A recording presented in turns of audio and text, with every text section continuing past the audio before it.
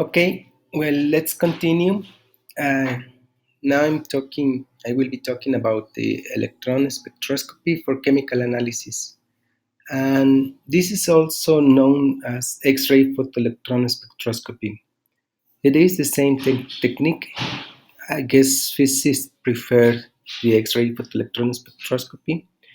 I'm a chemist and people in the material science as well, maybe like also electron spectroscopy for chemical analysis or ESCA. Well, this technique was developed over there in Sweden, in Uppsala, in the 60s. And basically, this is based on the theory of the photoelectric effect published by Einstein in 1914. And in this case, the photoelectric effect refers to the emission of electrons or other free carriers when light shines on a material. And then, since they are emitted by light, they are called photoelectrons. Um, so, in this case, a threshold needs to be surpassed. And here you see, for instance, that visible light doesn't have this effect. UV light has some of this effect, but X-ray, the energy of the X-ray, it's sufficient to emit enough electrons.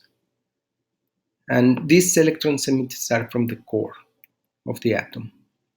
So the instrument basically consists of the ultra high vacuum chamber, and here you can say it's 10 to the minus 8 pascals.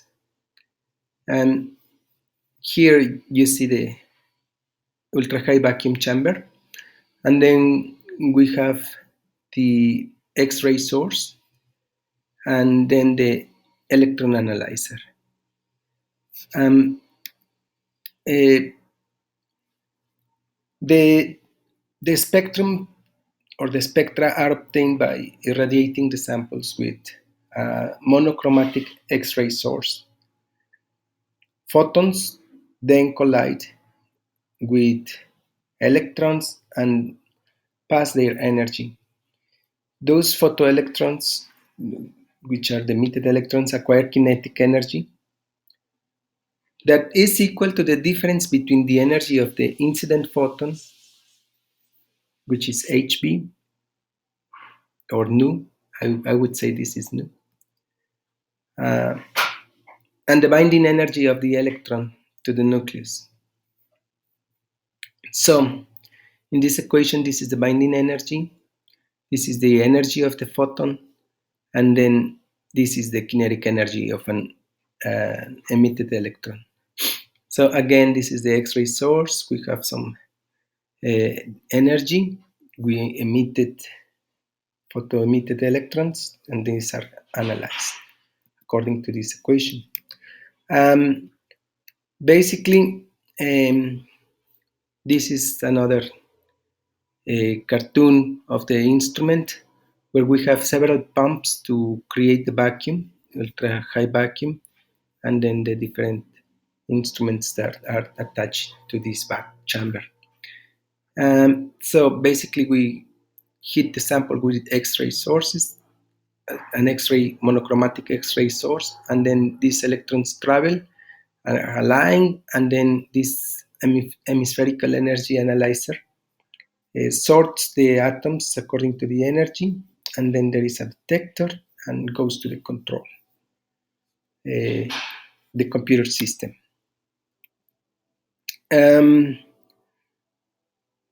Basically, we don't have any problem, but samples that are not conductive tend to charge. So basically, the instrument also includes an electron flood gun um, and this consists in neutralize the charge. If we don't have this charge neutralized, then we have nothing. We don't see basically nothing. And if we don't have enough or sufficient or effective charge neutralization, then the spectrum, the spectra will be shifted to the higher binding energy. And of course, in this case, this is the region for carbon 1s, which is from 280 to 300. And then you can see here clearly how this the, the charge has been effectively neutralized. So again, this is the high vacuum chamber. We have this the electrode, an electron gun, and then this is the X-ray monochromator. The sample is heat, and then the electrons are ejected, and then we collect the electrons, and then they are sorted and analyzed. This is the electron flood gun. So the sample is the charge is neutralized. So basically, we have an X-ray source in which we can have many different metals, and basically we can use aluminum or magnesium because they have the very high energy, and the width is in electron volts is quite small, is between 0.7 and 0.85. And then it's if yttrium or zirconium are used, the energy is not enough, although they have a smaller width. So I think this is an appropriate source. And the energy of the source, again, we can see here magnesium and aluminum, and these are other different sources. And this is the binding energy for instance, the different elements. And here we see that in this case, for these parts is quite too small, but as we go,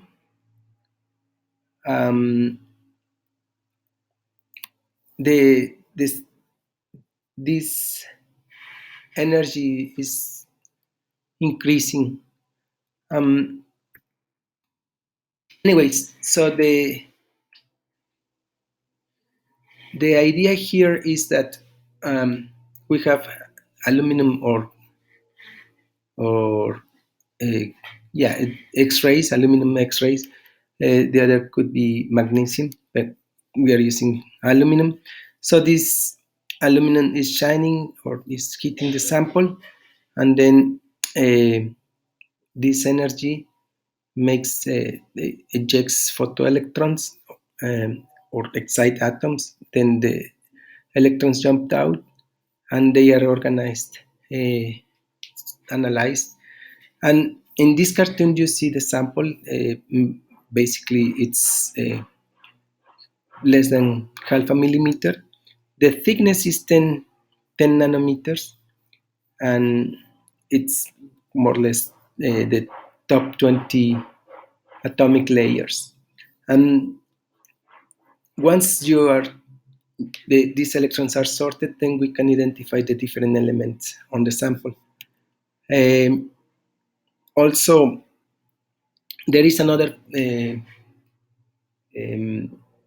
phenomenon that we can see, that is the Auger electrons. And basically, these electrons are electrons emitted after the rearrangement of outer electrons. Here, for instance, an 1s electron is emitted, and then the electron in the outer shell goes and occupies this vacant site, and then this the outer shell is unbalanced, and then the other electron is emitted to balance. So that's the other electron. So we can see here in NESCA that we can identify not only the elements on a sample, but also how these elements are arranged or organized. And basically, here we see in this part the carbon 1s region. It goes from 280 to 300 more or less. And of course, the higher the binding energy, the lower the kinetic energy. But so let's see here, and we have here a carbon 1s peak with different characteristics. Let's say this big peak has actually 1, 2, 3, 4 different peaks, and it tells you that it has a different environment for the carbon attached, and I will go more in detail with this. But as you see here in a silicon fluorine material, you see that silicon oxidation state in silicon 0. Then if you increase the oxidation state, the core level shift in electron volts goes from 0 to 4. So which means that it's going to be shifted 4 units or 4 electron volts in binding energy. Well, probably this will become more clear in the next slides. So the resolution, you say, is not so high, and the sensitivity is low compared to SIM, to secondary ion mass spectroscopy. In this case, you can see that an ESCA or XPS spectrum is rather simple. You see here, this is a spectrum that is called the Survey. And this spectrum is showing polyethylene, and polyethylene it's only detecting one element, which is carbon. And carbon appears here at around 280, but it's between 280 and 200. Actually, carbon is 1s is 284, 85. So you see here polyethylene, a pristine sample, a clean sample. And then in this spectrum, you can see that besides carbon, there are some other materials. And these two peaks that you see here are related to silicon. And around here, it's oxygen. So it seems that this might be contaminated with silicon oil. Let me show you a survey spectrum of cellulose. And cellulose, basically, you see that we have only carbon and oxygen. Hydrogen is not detected by ESCA. And what we see here basically is two peaks, one from carbon and the other one from oxygen. And this is oxygen from this shell KBB. And what I would say here, this is an exhaust ring, and in each intersection you see it represents a carbon atom. So here there is a carbon atom, here there is another carbon atom, and so on. So we have 1, 2, 3, 4, 5, 6 carbon atoms, right? And we have also 1, 2, 3, 4, 5 oxygen atoms. And I will tell you, this signal is smaller than this one, but we will correct this situation with atomic sensitivity factors.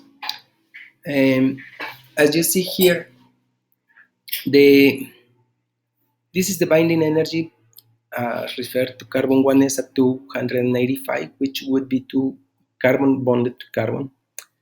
And then this is the line of identification, and this is the sensitivity factor. So if you see for fluorine, the fluorine sensitivity is 0.314. For oxygen is 0.733. So these sensitivity factors uh, depend on the instrument. But what I want to say is that uh, having the same concentration, the signal would double because of the sensitivity factor for oxygen as compared to carbon. So in this case, for instance, oxygen would be 10% and carbon would be 30% and fluorine 45%. And so this is for an example.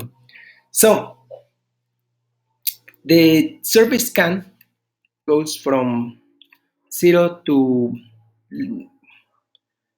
1300, 1400 electron volts. But we can go to high resolution spectrum or spectra, where we can select electron volts to see the region of interest. And then um, the environment of the sample will give you different peaks. So you see this is carbon 1s and carbon to carbon is 285, and then we have here a big peak that corresponds to other atoms bonded to carbon. And I will go into more detail. So in here we have this um, carbon 1s spectrum in which we see that first of all it's a bit shifted, but carbon to carbon should be at 285, and then carbon bonded to oxygen, since oxygen is more electronegative, to eject an electron from here requires more energy, binding energy, because this is more electronegative. So this signal is shifted to 1.6 electron volts. And then compared to this one is about, I think it's another 1.6 electron volts, that from the origin would be 3.2, and then this would be like 4 or something like that. So the idea here is that if you have more electronegative elements attached to the in this case to the carbon atom, then the signals are shifted, and then you can identify the environment of the material. So the functional groups, I would say. So for carbon 1s, we can see the chemical shifts according to, if we assume that the hydrocarbon, that is carbon to carbon bond, like graphite or diamond, would be at 285.0 electron volts. So for graphite, this is 284.7, and it's slightly shifted to the left because aromaticity in graphite, I guess. But in polyethylene, the shift would be 285, or polypropylene, 285 exactly. So if you see titanium carbide is 281.6, and wolframium carbide is 283, and then depending on the different elements, we can see the different chemical shifts. For instance, carbon sulfide is 287, and when we see here, for instance, CO, it's 290, and if we have this fluorine CF2, like tetrafluoroethylene would be at 292.3 because fluorine is very um, it has high electronegativity, and there are other things that you can see in the ESCA, and this is polystyrene, and polystyrene is centered around 284.7 to 85, but after a few electron volts, you can see a small peak at about 200 or between 290 and 293. And these are a shake-up of pi electrons that results in a small peak in this region. So that also can give you a hint of what you're having. And then the valence band spectra can be used to separate between, for instance, polyethylene and polypropylene, because it's only CH2 CH2, but in polypropylene is CH2 CH CH3, and then it repeats like that. So in the valence spectra, that is in the lower part of the binding energy, you can see differences for instance, for polyethylene and for polypropylene, and you can distinguish them from those things. In the case of polymeric blends, we see here polycarbonate, and as you see here, you have a aromatic region, and then this CH3, CH3, and then the aromatic part. And this all correspond to this region in carbon 1s. And then this small peak that is about 290, probably 289 point something. You see this carbon that is surrounded for different, for 3 oxygens. So then you can see this here. This is the carbon 1s, and in oxygen is about 530. And you see here a distinctive bimodal peak that correspond to these 3 oxygens. And then when we see here polybutylene terephthalate, you see here again the aromatic carbon in at 285, and then this small peak, which is a ketone group that is placed here. But then you see here this ether group that shows at 288.9, something like that. And then you see that the oxygen 1s is a bimodal, but rather similar. And then when you combine this polymeric blend, you see these 2 small peaks that superimpose to each other, and then you can see that they are there. So you can get from XPS spectra qualitative elemental analysis through the binding energy. If you get the intensity, you can, with high resolution, you can do quantitative elemental analysis. You can see the stoichiometry. Using the shifting, you can use you can try to elucidate the chemical structure and chemical binding. And if you go with depth profiling, you can see the surface through the material. Well, you can see how the material is changing in the surface, and also the molecular orientation. And then you can see also fine structure depending on the shape of line and the pattern. And ESCA is a good technique. It's non-destructive.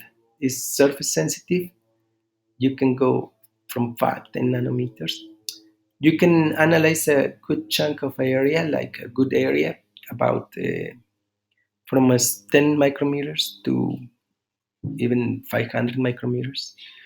You get, as I said, chemical and compositional information, and The sample preparation is not difficult. You just need a solid and free of moisture.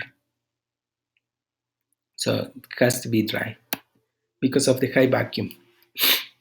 And here you can see different uh, ways to distinguish different elements. Or it's ESCA is very useful to try to elucidate what we're having, because it's just from the high resolution spectrum is not easy. But then you can use this technique of derivatization in order to tag or to label, in order to create a different chemical shift, generating then high resolution. So there are different. It's preferred to use fluorinated regions. Usually, it's fluorinated because they have a high sensitivity factor, and then you can see them clearly. So for these functional groups like hydroxyl and amino groups, you can use all these different techniques, the different regions to label them. And if you have if you have sulfide groups, you can use even mercury. Um, so for double bonds, the bromine can be used, and then even hydrochloric acid or so on. So what gives you this is to identify better functional groups. And for instance, we have, in this case, we have a hydroxyl, and this is a carboxylic group, and we can distinguish easily from the two of them by using trifluoroacetic anhydride. We will get this trifluoroacetate, and if we have the carboxylic acid and then we use trifluoroethanol, then we can see also the CF3. But this will not react with OH, and this will not react with the acid. So this is especially useful, or we have used it for labeling cellulose, and in this case, is regenerated cellulose. This is cellophane, and the carbon atomic, the elemental composition, you can see uh, right away that carbon and oxygen are in a good range. If you remember, we have 6 carbons and 5 oxygens, so the elemental composition would be 6 divided by 11 atoms would be about 55 concentration, and the oxygen would be 46, 45, sorry. And then when we react this with trifluoroacetic anhydride, we see that we can derivatize the the hydroxyl groups in cellulose. And in the high resolution, you can see here how this peak shows, which correspond to the CF3. Now, ESCA can be used to see the depth. We can vary the depth of analysis by varying the angle. This angle you can vary, and then according to the variation, you see different um, depths of the sample. So, for instance, if the takeoff angle is 90 degrees, the depth of the analysis is 9 nanometers, and then if we go 45 is 5 nanometers, and if we go 10, it's 1 to 1.5 nanometers. And this is useful because if we have the bulk angle, we see that the oxide is smaller, but if we reduce the angle, then we will see more the oxide, and this is, I guess, if extremely important. And then there are ways to erode the surface and then analyze more inside. Um, so you can also make imaging from this, and then you see the area one and the area two. The area one, you see only carbon and oxygen, and there is also fluorine, and in area two is clean. So in area one, the high resolution shows a fluorine peak as well, and you see that the polymer surface is contaminated with some kind of fluor compound. And then if you collect the whole area, then you can see the difference where the fluorine is. Is quite useful. And then you can see here also a polymer blend with PVC, polymethyl methacrylate, and you can see where are the polymers, and of course this on the surface. In the case of other ways to see how ESCA works is if we bleach, then we will disappear the carbon one, um, which is carbon to carbon, that in cellulose wouldn't exist. When we bleach, we just are cleaning this sample, and then the amount of lignin on the surface decrease because the carbon to carbon decrease, and that's 40, 26, and 12%. Um, we have a paper from a few years ago, I think from almost 10, more than 10 years ago, almost 12 years ago, 11.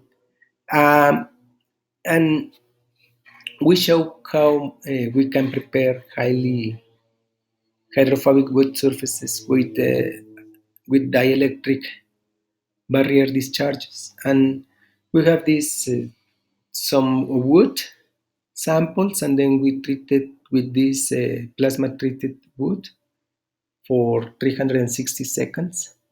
I guess it's 9 minutes. No, 6 minutes. And we cover with ethylene like polyethylene like thin layer of samples. And then we can also use methane, and then the original sample changes a lot. If we had use these fluorine regions like chloro-trifluoroethylene or hexafluoropropylene, we see that we add a lot of